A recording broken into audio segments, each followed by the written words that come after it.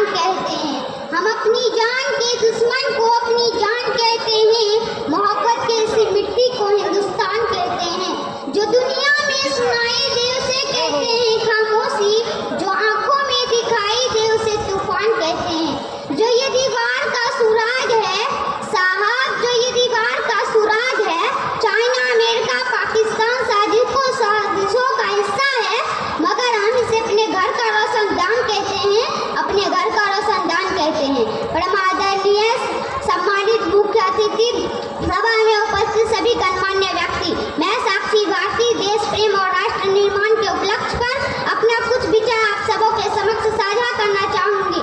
आजादी का असली मतलब वही समझ सकता है जिसने कभी गुलामी की हो। हम सौभाग्यशाली हैं कि हमने स्वतंत्र भारत में जन्म लिया। यूं तो आजादी की लौ 1857 में ही जल चुकी थी, जो बरसाए बनकर 1947 में हमारे देश को आजाद कराई। प्राचीन, मध्यकालीन और वर्तमान भारत के उदाहरणों से मैं यह स्पष्ट करना चाहूंगी कि जब हम फुलंगियों के बेड़े में फंस गए थे तो रंग दे बसंती चोला की एक आवाज पर टोले की टोले उमड़ आते थे और अनेक वंदे मातरम की नारों से खून में आने वाली 5-5 डिग्री वाला तूफान अंग्रेजी शासकों की जड़ें में तूफान ला देते थे।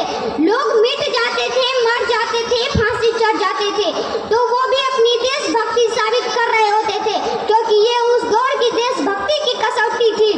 उसके बाद 1962, 65 और 71 के युद्धों में अपना सुहाग गवा देने वाली औरत जब घर के हालात ये हो जाया करते थे कि प्यार भी भरपूर गया, मांग का सिंदूर गया, नन्हे नन्हे हालों की लंगूटियां चली गई, छोटी छोटी बेटियों की चोटियां चली गई, बाप की कमाई चली गई और भाई की पढ़ाई चली गई, और एक ऐसा विस्फोट हुआ पता ही न चला, पूरे जिस्म की बोटियां ही चली गई, पूरे जिस्म की बोटियां ही चली गई। अरे आपके लिए एक आदमी मरा है साहब, मेरे घर की तो रोटियां ही चली गई, मेरे घर की तो रोटियां ही चली गई।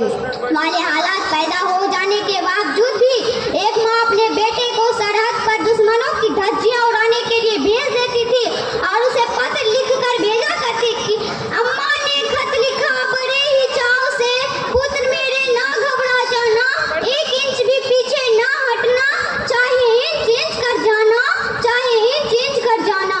इस तरह अपना पूरा परिवार अपनी देशभक्ति साबित कर रहा होता था।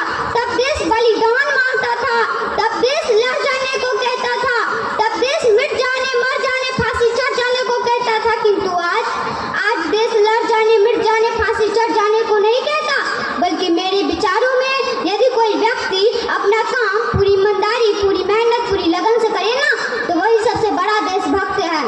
मैं नहीं मानती कि फेसबुक और व्हाट्सएप की डीपी को 3 रंगों में रंगना ही देशभक्त है, और यदि आप कहेंगे कि साल में 2 बार हाथ में तिरंगा ले लेना ही देशभक्ति है, तो मैं आपसे पूछना चाहूंगी कि फुटपाथ पर रहने वाला वो बच्चा ट्रैफिक की छांव में नंगे पांव में जब तिरंगा बेच रहा होता है, तो आप इसे इसका देशभक्त कहेंगे? ये उसकी देशभक्त नहीं, बल्कि ये उसकी पेट की भूख की शक्ति है जो इसे ऐसा करने पर मजबूर करती है, क्योंकि ना मस्जिद को जानते हैं, ना शिवालयों को जानते हैं, ना मस्जिद को जानते हैं, ना शिवालयों को जानते हैं। जो पेट के भूखे होते हैं ना, वो केवल भोजन की निवालों को जानते हैं, वो केवल भोजन की निवालों को जानते हैं। अपने समाज, अपने देश, अपने राष्ट्र की आशाओं को बांधे रखने की जिम्मेदारी थी।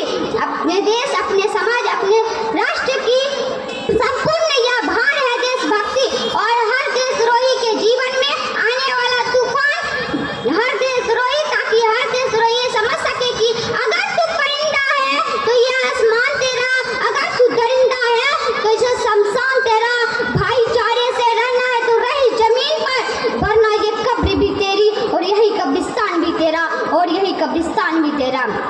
लेकिन एक देशद्रोही से ज्यादा